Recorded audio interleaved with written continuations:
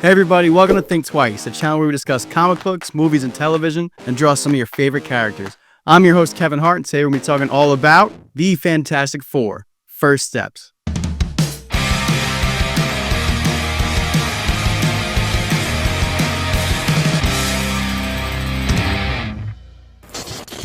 Stick around to the end of the episode to see how our drawing of Galactus came out, and if you like what you see, subscribe to the channel for more content. The Fantastic Four First Steps was directed by Matt Shakman, which was originally supposed to be directed by John Watts, who directed the 3 Spider-Man MCU films, but was creatively burnt out. So we got this guy instead, and I don't know much about his creative resume, but he does an excellent job here. A fantastic job, if you will. We should do like a drinking game where it's like every time you say fantastic, you got to take a shot. It's fantastic. It's fantastic. You've got a fantastic cast starring in this movie. You got the Queen herself, Vanessa Kirby as Sue Storm, the Invisible Woman. You got Daddy Pedro Pascal as Reed Richards, Mr. Fantastic. Joseph Quinn, who is a fantastic actor, stars as Johnny Storm, the Human Torch. And you got the voice of, I hope I say this right, Eben Moss Backcrack as The Thing, Benjamin Grimm, the Ever-Lovin'. Julia Garner as the Silver Surfer, Shia LaBeouf. And although it was rumored to be Javier Bardem, which I would have loved as Galactus, we got Ralph Ineson starring as the Purple People Eater himself, the Devourer of Worlds, Galactus. This was a fantastic movie. I loved every second of it.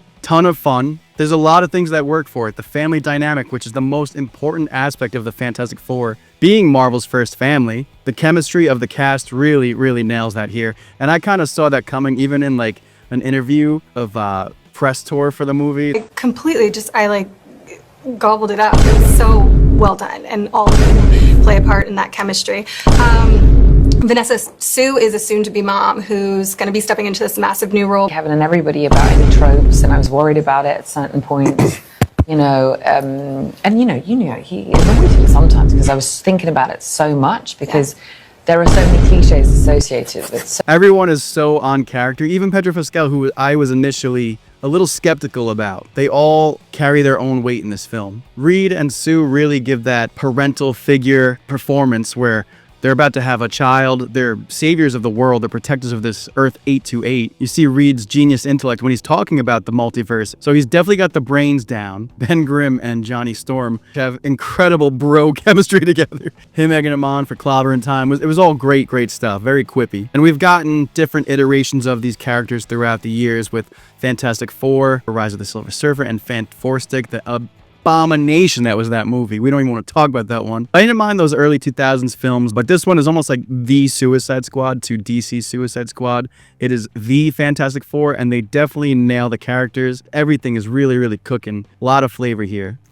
Okay. So let's dissect it a little bit. Pedro Pascal as Reed Richards, Mr. Fantastic. I honestly did not see it with the casting choice initially, but he is a great actor. He's a fantastic actor. He kind of suffers, though, as an actor from like what Dwayne "The Rock" Johnson or somebody that's been seen and is so recognizable that you kind of almost feel like they're typecasted and they're like generalized as one role. You just know he's Pedro Pascal, so you can't really see him as anything else, but he really does a great job here. I believe the actor suffers from anxiety in real life, so he really portrays that heavy burden of responsibility that Reed carries on his shoulders to protect the world, to protect his family. And a king is nothing without his queen. Sue Storm, she's the GOAT of this movie. To me, she is the absolute star, hero, center, inspirational empowerment of the film for me. More so than Reed, she kind of carries the team a little bit with her essence. Easy to look at too. If you got to replace Jessica Alba, she was kind of more of just like the hot factor for Sue Storm. She did her best, but I feel like Vanessa Kirby is really a well-written, well-performed portrayal of Sue Storm. Joseph Quinn as Johnny Storm, the Human Torch, is an undeniable talent. He's been in a bunch of high-profile movies lately, and he really shows his fantastic acting chops. He is the, heartthrob, the lover boy, the celeb of like this 60s retro sci-fi fantasy vibe they're going for, where even the Ted Gilbert show is like, the Ed Sullivan show with the Beatles taking over the world, and they're kind of like the Kardashians of this world. It's really cool dynamic they showcase here. Chris Evans as the Human Torch is a pretty tough act to follow. A lot of big shoes to fill, especially because he went on to become Captain America. But Joseph Quinn, he holds his own here. I love that he's fearless, where he just jumps off the ledge and goes right for the Silver Surfer, and he's not afraid to be the first on the scene. He's got this heroic swag about him, and I love that. Even by the end of the film, when he's trying to rescue his family. He's not just a cool uncle. He tells, oh, tell baby Franklin that Uncle Johnny loves him. That line broke me. I was like, this guy is a certified hero. He's not just here for the likes and for the attention. They even do the, Fantastic Four fire smoke trail in the air, which is iconic. Eben Moss Backrack as Ben Grimm, the Thing. He does a great job here, even though it's just his voice. He definitely gets the heart aspect of the character down. I love that he's just like walking down Yancey Street and just taking his time, like in his 4XL cardigans, sharp as a tack. His fashion sense is fantastic. It's fantastic. He has a subplot, I guess I'll say, of like a possible love interest that was a recognizable face from the girl from Poker Face, Natasha Lyonne, I think, which I didn't really catch. I think her name was Alicia in the film, which I think is the blind love interest of Ben Grimm, but that kind of hits a dead end in this movie and kind of just leaves it open for potential sequels. It kind of just is there, and I love that Ben Grimm is just like perusing the streets of Brooklyn and whatever in New York in the Ninja Turtles outfit, like when he's got like the hat and the trench coat. It's like, dude, you're clearly the Thing. This disguise is fooling nobody. This is just for your own preference. That kind of showcased the whole, without even saying it, dichotomy, I guess, if you will, of the Thing, where he feels like the monster. He doesn't like the reflection he sees staring back at him. Like this whole body image, insecurities is one of the coolest aspects of the Thing, because he's a great character at heart, even though on the outside he might look a little off-putting to some people, but he's a great dude. And I love that they showcased how strong he is, where he could keep up with the Hulk if he wanted to. Maybe not to that extreme degree, but this guy was swinging skyscraper cranes at Galactus effortlessly, taking down buildings with his shoulder. Herbie is a great addition to the family. I really like the design from a artistic standpoint. This whole flavor of this retro 60s vintage sci-fi space age golden era of comic books really works for this. Hard not to say that it reminds me a lot of The Incredibles, but The Incredibles was so obviously based on the Fantastic Four in the first place, even with the Mole Man of their own version, the Underminer, and it works for the first family. I really like the visual aspect of this movie, how it's not too detailed and realistic, but it's got this dynamic comic booky visual flair to it that I really just enjoyed the hell out of it. If they come out with the making of or an art book behind the scenes of this movie, it is going to be absolutely gorgeous to gush over. And with Marvel Studios partnering up with Disney, they kind of benefit from that Tomorrowland aspect of Walt Disney himself, who was very innovative, very imaginative himself. And that taste really works here. But yeah, no, Herbie reminded me of R2-D2, where it's you need this guy in your corner. This little robot is so helpful, in so many ways. I do want to say this though about Mr. Fantastic's powers. I think we can get a little bit more creative than just whipping your arms around. They showed how far he can stretch with Galactus tearing him apart. I wanted to see him kind of maybe how Elastigirl is in The Incredibles, speaking of, if he was free falling from the sky, maybe turn himself into a parachute, maybe turn himself into a Sonic the Hedgehog, a rubber ball where he's bouncing off of things at high speed. Maybe the Thing throws him almost like Colossus with Wolverine, the fastball special or whatever that is. That's my one gripe with Reed Richards in this film, is I don't think the movies have ever shown it to look that impactful, I guess, as a power set, because you could do a lot with it. Maybe because it does look a little perspectively off in the real world, but I say just lean into it. I'm hoping in the movies going forward we'll see Reed, especially because he has such a masterful mind, use his powers in a more outlandish way. I thought it was very smart of the story to pick us up 4 years after, where they've already kind of done the street level things with that monster that's the iconic cover from the Fantastic Four, where it's even in the Little Caesars commercial. I love that stuff. And we even got a Stan Lee, Jack Kirby cameo in here, even though, they passed away, sadly, both of them, but they paid homage to these creators. Finally, Jack Kirby, who has created the entire Marvel Universe with a number 2 pencil. Long live the king. That guy is a comic book legend, and I'm so glad that they finally addressed that. But as far as the 2 major villains in this movie, you got the Herald of Galactus, the Silver Surfer, which is a female in this interpretation of this movie. I don't know if that's because it was a different Earth, it's in the 60s,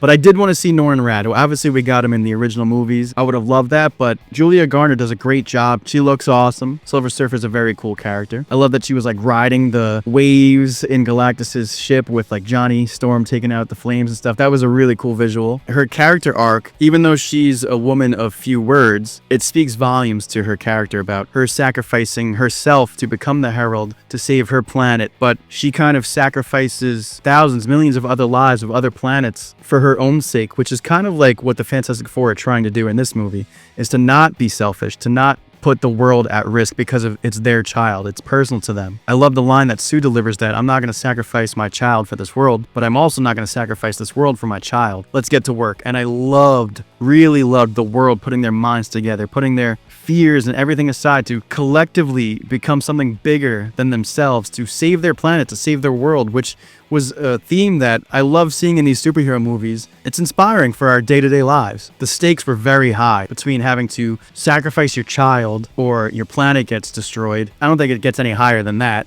Definitely felt the weight of the end of days in this movie. And I genuinely thought from the trailers that they were going to lose. I thought they were going to lose the battle to Galactus and have their world destroyed, and they have to live with this guilt going to the MCU as we know it and maybe trying to not make the same mistakes on this world that they made on their world. But I was shocked to see that they saved the day. But my goodness, Susan Storm, how powerful is this chick? She was amazing. That was an awesome scene. Very well acted. The powers looked cool. Mama Bear protecting her baby from Galactus and just pushing him back into this black hole. That's hands down my favorite scene of the movie, is when they're fighting as a family to take down Galactus, stomping down New York. The stakes couldn't be higher in that fight, where it's like, they cannot fail here. Very memorable visuals. I really loved that climax end battle sequence of the movie. Franklin Richards, I really didn't know much about, is like their version of Jack Jack. That's an intriguing aspect of the film to me going forward. Is this kid gonna grow up to be destined to be a good guy like them, or is he gonna become a bad guy like the monster, like they said? And I like that dynamic of, we're going to try and stop his parents seeing what you are, and you just show us who you are as you grow older. Obviously, he's a very important aspect to the MCU because Galactus wants him to finally end his never-ending hunger. And let's talk about Galactus. I thought he looked absolutely fantastic. I wish he had a little bit more color, those purples popping off, but I get it. He's got to look menacing. I'm gonna pick my battles. I'm just glad that Galactus wasn't a cloud the entire movie. Those eyes, man, those horrible blue eyes. Every time those eyes came on, the noise, there was like zoom, and just like that visual of just the helmet and the silhouette and the blue eyes. I was like, oh my goodness, he's kaiju level big. I still wish that he was a little bit bigger, but maybe as he feeds, he gets bigger, so we'll see. I don't know. And I love that, like in these superhero movies nowadays, we have to clarify that the city's evacuated. No, there's gonna be no casualties, which I think is unrealistic, but it is smart to introduce Subterranean with the Mole Man. I couldn't believe that. I wish he was a little bit more grimy looking, but he was too clean for me, but he was a funny character. Love that they did not shy away from those goggles, those glasses, and that he says, yeah, like turn down the lights because he's so used to being underground. I love that. I hope we get to see a little bit more of him going forward. I thought it was great that the Silver Surfer sacrificed herself at the end. What's to come of that? Is that maybe how we're going to see Norrin Radd going forward, where he's going to maybe sacrifice himself to get his love interest back? I believe it's his love interest from his planet, Sinla or whatever. Galactus ain't going to be too happy. So he's obviously probably going to look for more heralds. But obviously the elephant in the room is Robert Downey Jr. as Victor Von Doom, or at least a variant of the character. We didn't get to see his face in the post-credit scene, but my goodness, it's Dr. Doom. Mask off, talking to the kid. What's that about? I love that they showcase Latveria and like the United Nations. What has he been doing for the last 4 years? And then it flashed forward another 4 years. It's like, what has he been up to? So highly intriguing. Cannot wait to see Doomsday. Cannot wait to see the Fantastic Four again. I'm going to give this movie an 8.5 out of 10. For me, the pacing was just a little bit too quick. It kind of jumped from like, the Millennium Falcon of them traveling through light speed mixed with like Alien or 2001: A Space Odyssey of Sue giving birth in outer space. Again, kudos to how powerful she was as a female, as a mother. She's the standout to me for sure. And I'd love to see the Thing have a fight with the Hulk, where it's like they're kind of like bragging for pride and they're kind of maybe arm wrestling or something. I would love to see that flavor going forward. I would even love to see the Hulk if he ever comes back to the MCU somehow, some way. Also, this cannot be understated. Michael Giacchino's score for this movie, the music is fantastic.